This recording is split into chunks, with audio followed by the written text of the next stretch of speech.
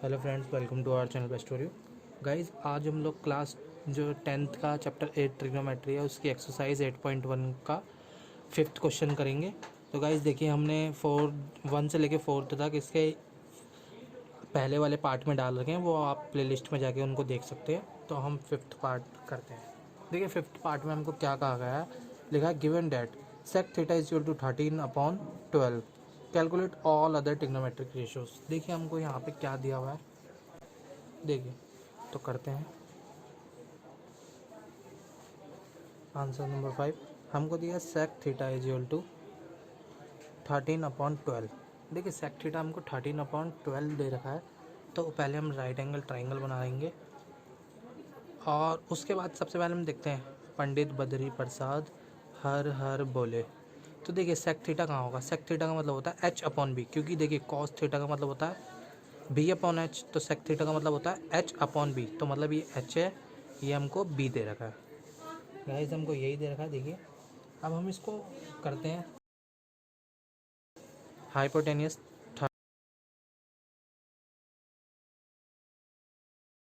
निकालना है, तो ये परपेंडिकुलर कैसे निकलेगा ये देखते हैं।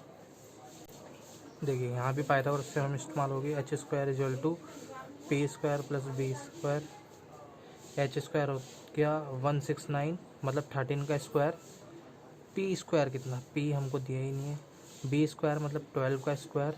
तो देखिए 169 is equal to P square plus ये हो गया, और 12 का स्क्वायर होता है 144।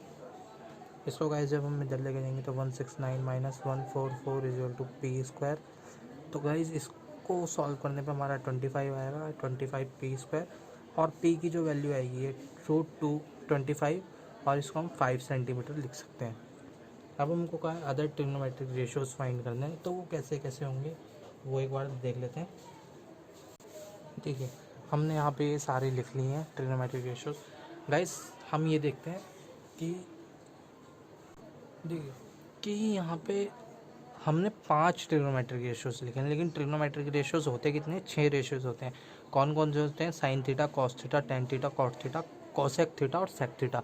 तो गाइस हमको सेक थीटा तो पहले से ही गिवन है, इसका मतलब हमको अदर 5 ट्रिग्नोमेट्रिक रेशियोज ही फाइंड करने होंगे। तो हमने लिख लिया है उनको, sine theta is equal to p/h होता है, cos theta b/h, tan theta p/b, cot theta b/p और कोसेक थीटा होता है h/p। तो गाइज इनको बस हमने यहाँ पे देखिए p की वैल्यू हमने फाइंड कर ली थी 5 है, अब उसके हिसाब से ही हमको बस यहाँ पे पुट करने। तो p/h कितना हो गया, p/h मतलब 5/13, b/h का मतलब है 12/h मतलब 13, p/b मतलब 5/12। अब देखिए 10 का उल्टा कॉट होता है तो मतलब 12/5 हो जाएगा, और कॉसेक का h/p है तो मतलब h/p/h ये लिखा है, तो इसी का उल्टा कर देंगे तो ये हो गया। गाइस अब हम नेक्स्ट क्वेश्चन देखते हैं। देखिए नेक्स्ट क्वेश्चन में क्या दे रखा है हमको, देखिए नेक्स्ट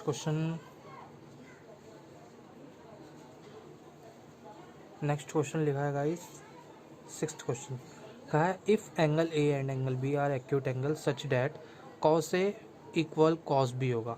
देखिए हमको कहा गया है एंगल ए और एंगल बी जो है वो एक्यूट एंगल है। गाइस ये आप अब हमको सबसे पहले ये समझना होगा कि एक्यूट एंगल होता क्या है।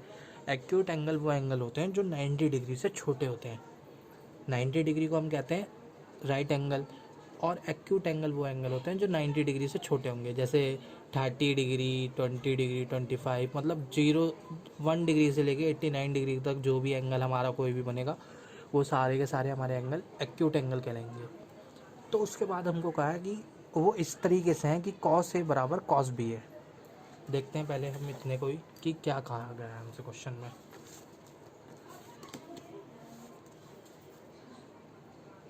देखिए क्वेश्चन में हमको कहा गया है, आंसर नंबर 6 क्वेश्चन में हमको कहा गया है कि एक ट्राइंगल है, हमने मान लिया ABC।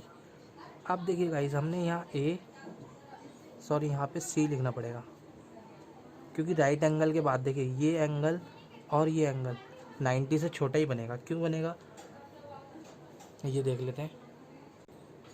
क्योंकि देखिए एक ट्राइंगल की जो सारी जो साइड का सम होता है वो होता है 180 डिग्री। जब एक साइड हम पे 90 हो गई, अगर हमने माना ये एक्स है ये एक्स है, तो देखिए 90 प्लस एक्स इक्वल टू 180, तो ये हो गया 2x, और ये 90 उधर माइनस होने चला जाएगा तो उधर बचेगा 90, तो x की वैल्यू आ गई 45। तो देखिए ये एंगल भी हमारे पास 45 होगा, ये भी 45 होगा, तो यहाँ पे हमको ये पता चलेगा ये एक्यूट एंगल है। एंगल ए एंगल बी हमारे पास एक्यूट एंगल है। तो हम सबसे पहले लिख लेते हैं, हमको प्रूफ क्या करना है, हमको प्रूफ करना है कि एंगल ए बराबर एंगल बी होगा। देखिए ये जो चीज़ हमने लिखी है ना, यही चीज़ हमको सेम प्रूफ करनी होगी। वो कैसे प्रूफ करनी होगी वो देख लेते हैं। एंगल ए टू प्रूफ है, ये देखिए टू प्रूफ एंगल ए बराबर एंगल बी। गिवन क्या है हमको गाइस, गिवन है हमको कॉस ए बराबर होता है कॉस बी के, कॉस ए बराबर होता है कॉस बी के। अब ये देखते हैं ये कैसे है, आप प्रूफ पे आ जाते हैं। देखिए प्रूफिंग पे हमको कॉस थीटा क्या होता है गाइस, हमारे पास कॉस थीटा होता है हमारे पास base upon hypotenuse, base upon hypotenuse हमारे पास कॉस थीटा होता है। तो कॉस ए क्या होगा, cos A is equal to वो भी बी। अब कॉस ए क्या होगा, देखिए यहाँ से देखेंगे थीटा, तो अगर थीटा यहाँ है तो इसके सामने वाली साइड परपेंडिकुलर होगी, मतलब ये ऐसा दिखेगा। आप देखिए थीटा यहाँ है तो इसके सामने वाली परपेंडिकुलर बन गई है अभी हमारे लिए, और ये बेस बन गया।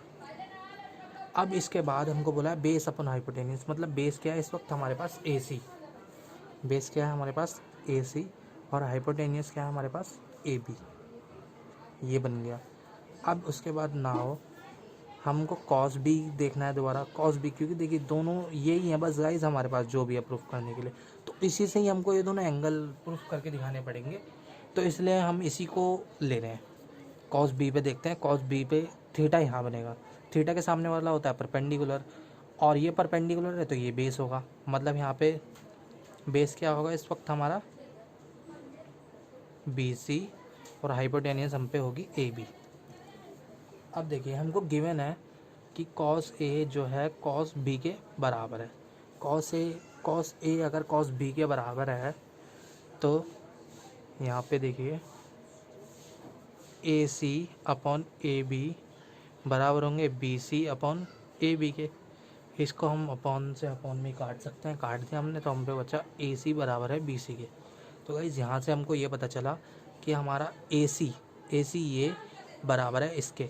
देखिए अगर किसी भी ट्रायंगल में दो साइड्स इक्वल होती हैं तो इस साइड का अपोजिट एंगल ये वाला, और इस साइड का अपोजिट एंगल ये वाला, ये भी इक्वल होगा, ये आइसोसेलेस ट्रायंगल हो जाएगा। आइसोसेलेस ट्रायंगल वो ट्रायंगल होते हैं जिनके दो साइडें और दो एंगल बराबर होते हैं। अब वो कैसे होते हैं, कुछ बच्चे समझते हैं कि ये साइड इक्वल है तो इसी का ये एंगल, नहीं, अगर ये साइड इक्वल है तो सामने वाला एंगल इक्वल होगा आपका, और ये साइड इक्वल है तो इसके सामने वाला इक्वल, तो इसलिए ये दोनों इक्वल हो जाएंगे। Hence angle A equal angle B, क्यों इक्वल हो गए, क्योंकि आइसोसेलेस ट्रायंगल बन गया ये, इसलिए इक्वल हो गए। अब आइए नेक्स्ट क्वेश्चन को देखते हैं। देखिए यहाँ पे हमको दिया हुआ है 7th question, if cot theta is equal to 7/8 evaluate 1 plus sine theta 1 minus sine theta 1 plus cos theta 1 minus cos theta, इसको इवेल्युएट करना है और कॉट स्क्वायर थीटा को इवेल्युएट करना है। यहाँ पे गाइस देखिए सबसे पहले हमको दे रखा है if cot theta is equal to 7/8, मतलब कॉट थीटा से ही कुछ होगा। सबसे पहले तो हम अपना ट्राइंगल बना लेंगे और जो मिसिंग ट्राइंगल की साइड होती है वो फाइंड करेंगे। इस एक्सरसाइज में गाइस हमको सारे क्वेश्चन ऐसे ही करने हैं। हमको दिया है cot theta is equal to 7/8, cot theta हमको 7/8 दिया है, ट्राइंगल बनाएंगे। कॉट थीटा होता क्या है सबसे पहले ये चेक करते हैं। गाइस सोचिए कॉट थीटा क्या होता है। देखिए हम लिख लेते हैं परपेंडिकुलर, देखिए यहाँ पे tan होता है p/b, तो कॉट थीटा होगा हमारा b/p, मतलब 7 जो है हमारा बेस है और 8 जो है हमारे पास हमारा परपेंडिकुलर ये दे दिया।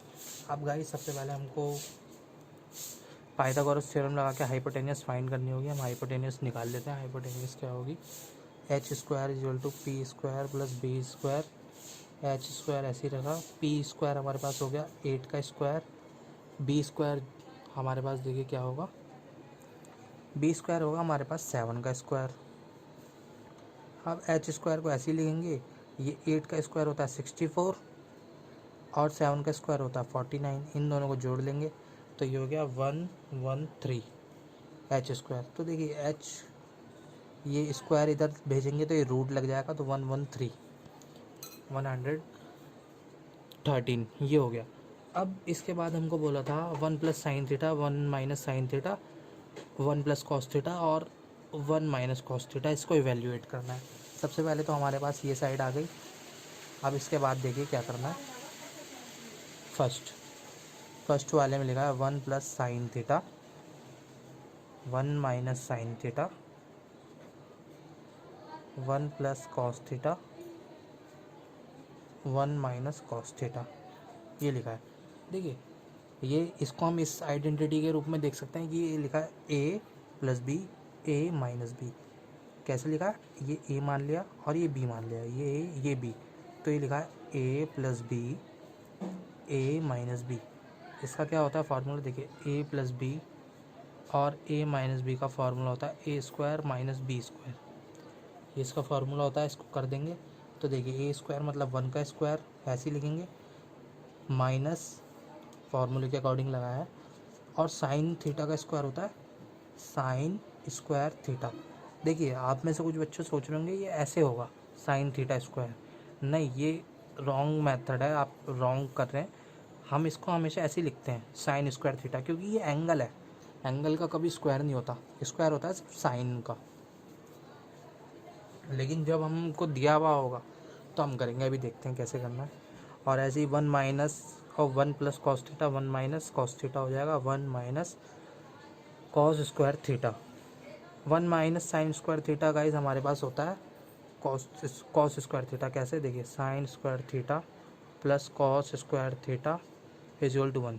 गाइज ये मैंने आपको इंट्रोडक्शन वाली जो वीडियो थी वो मैंने चैनल पे डाल रखी है, आप प्लेलिस्ट में जाके देख सकते हैं, उसमें मैंने ये फार्मूले समझाए हैं। तो देखिए 1 माइनस साइन स्क्वायर थीटा, अगर ये उधर चला जाएगा तो कॉस स्क्वायर थीटा बनेगा ऊपर, और नीचे बनेगा साइन स्क्वायर थीटा। अब गाइज हमको बस यहाँ पे वैल्यू पुट करनी है, देखते हैं। देखिए कॉस स्क्वायर थीटा की क्या होगी, देखिए कॉस थीटा क्या होता है, कॉस थीटा होता है हमारे पास B upon H. Cos theta अगर बी अपॉन एच है, बेस क्या है हमारे पास, बेस है 7 और एच मतलब 113, इसका whole square upon sine square theta होता है परपेंडिकुलर अपॉन हाइपोटेनियस। देखिए साइन थीटा होता है परपेंडिकुलर अपॉन हाइपोटेनियस, तो परपेंडिकुलर हमको दे रखा है 8 और अपॉन में 113 क्योंकि एच है, और इसका होल स्क्वायर, तो ये हो जाएगा 49। और जब रूट में रूट की गुणा होती है तो गाइस वो हमारे पास वही नंबर आ जाता है, तो 113 हो गया, 8 का 84 हो गया और 113 हो गया। गाइस ये दोनों कट गए और आंसर आपके पास आ गया 49/64। ये हमारा आंसर आ गया फर्स्ट पार्ट का। अब इसका सेकंड पार्ट देखते हैं।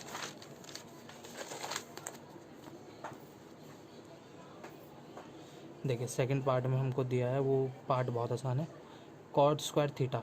कॉट स्क्वायर थीटा, देखिए आपको कॉट थीटा जो दे रखा है, देखिए कॉट स्क्वायर थीटा को आप cot theta into cot theta लिख सकते हैं। कॉट थीटा की वैल्यू आपको दे रखी है 7/8, तो ये भी हो गया 7/8। आंसर आपके पास आ गया 49/64। अब आते हैं नेक्स्ट क्वेश्चन पर। देखिए 8th क्वेश्चन को देखते हैं। If 3 cot A is equal to 4, if 3 cot A is equal to 4 ये दे रखा है हमको, तो हमको चेक करना है 1 माइनस टेन स्क्वायर ए अपॉन 1 प्लस टेन स्क्वायर ए इक्वल होगा कॉस स्क्वायर ए माइनस साइन स्क्वायर ए। हमको ये चेक करना है क्या ये दोनों इक्वल होंगे या नहीं। तो सबसे पहले हमको क्या दे रखा है,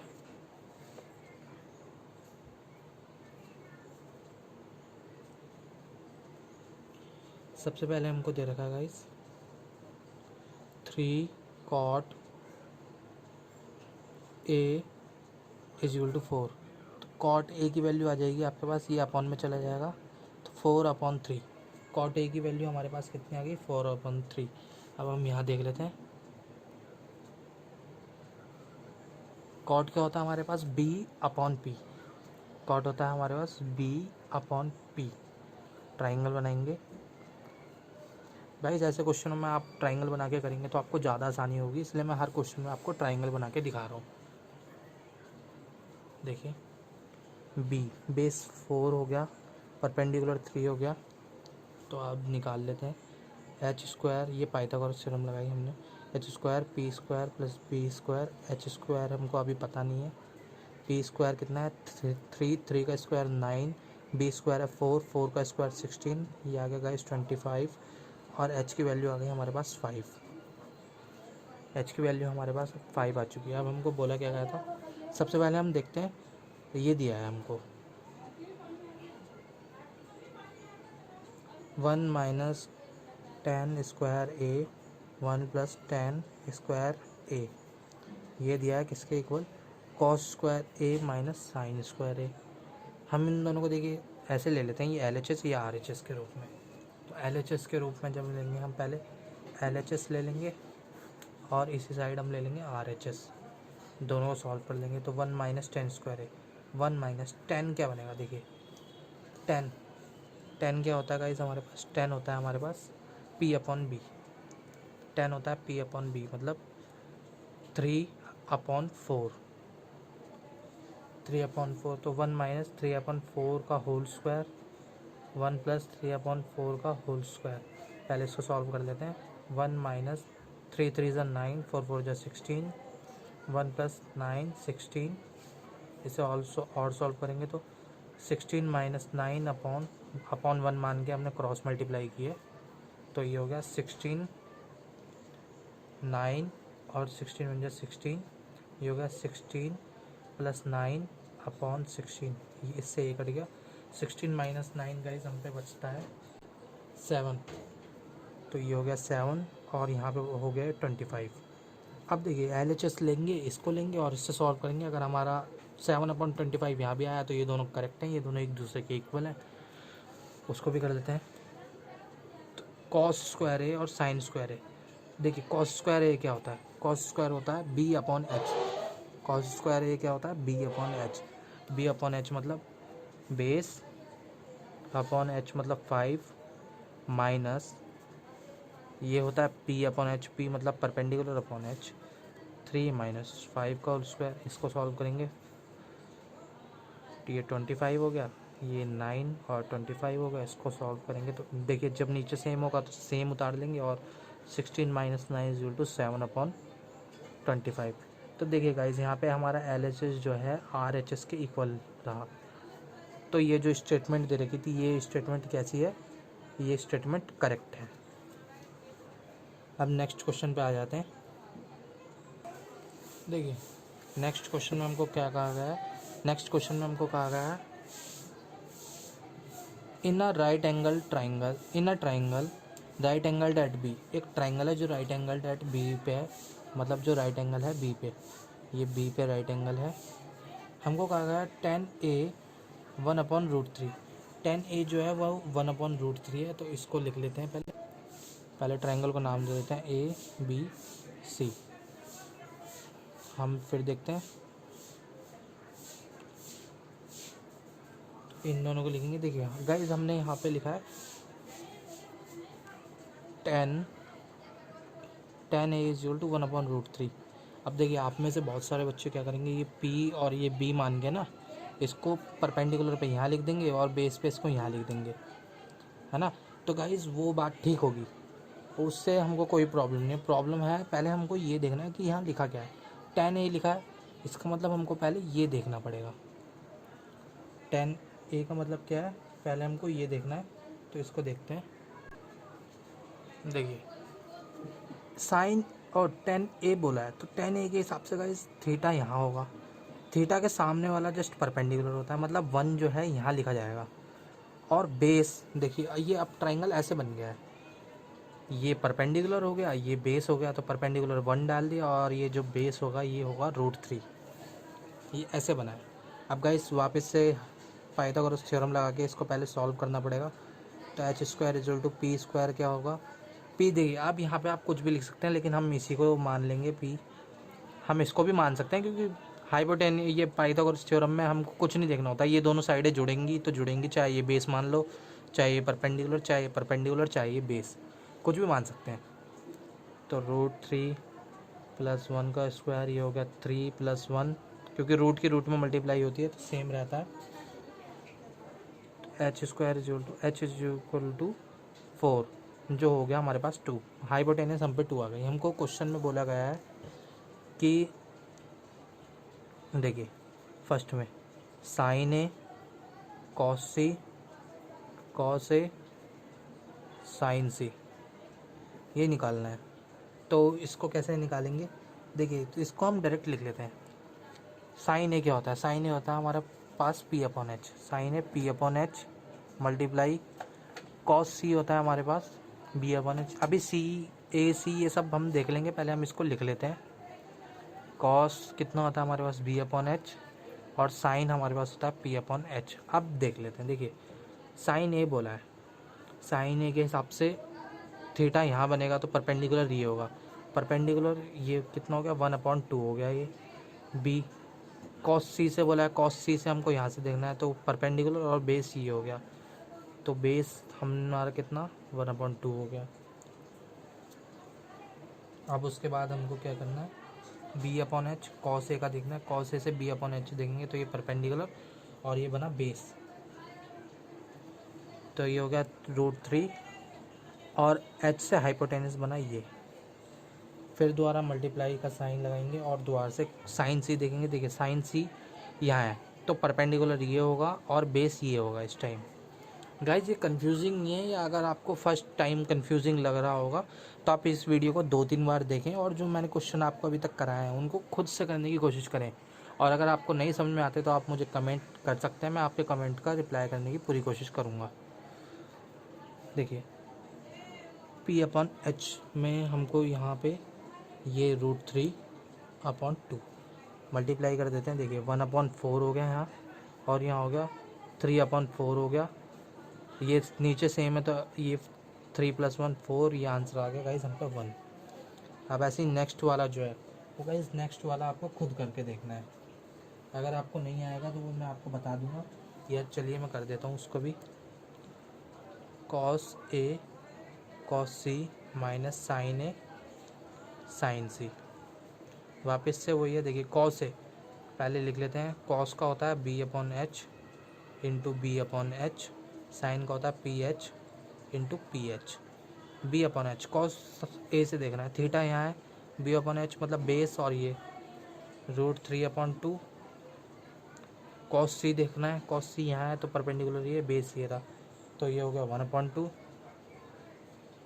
P/H में गाइज ये हो गया 1/2, और ये भी होगा हमारा √3/2। अब इसे करते हैं तो ये हो गया √3/4 माइनस √3/4, ये दोनों गाइज कट गए और आंसर आ गया 0। अब नेक्स्ट क्वेश्चन देखते हैं गाइज, ये इसका लास्ट क्वेश्चन है, ये इम्पॉर्टेंट क्वेश्चन भी है तो इसको देखते हैं। हमको दिया हुआ है क्वेश्चन के अंदर,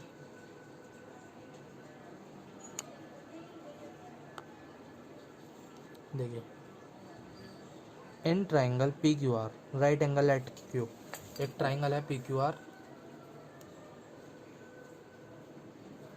ट्राइंगल है PQR जो राइट एंगल है Q पे, जिसमें हमको देखिए और क्या क्या दे रखा है,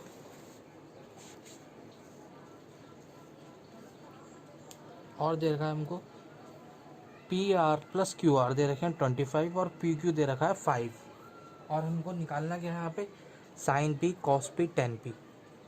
देखते हैं वो कैसे करेंगे।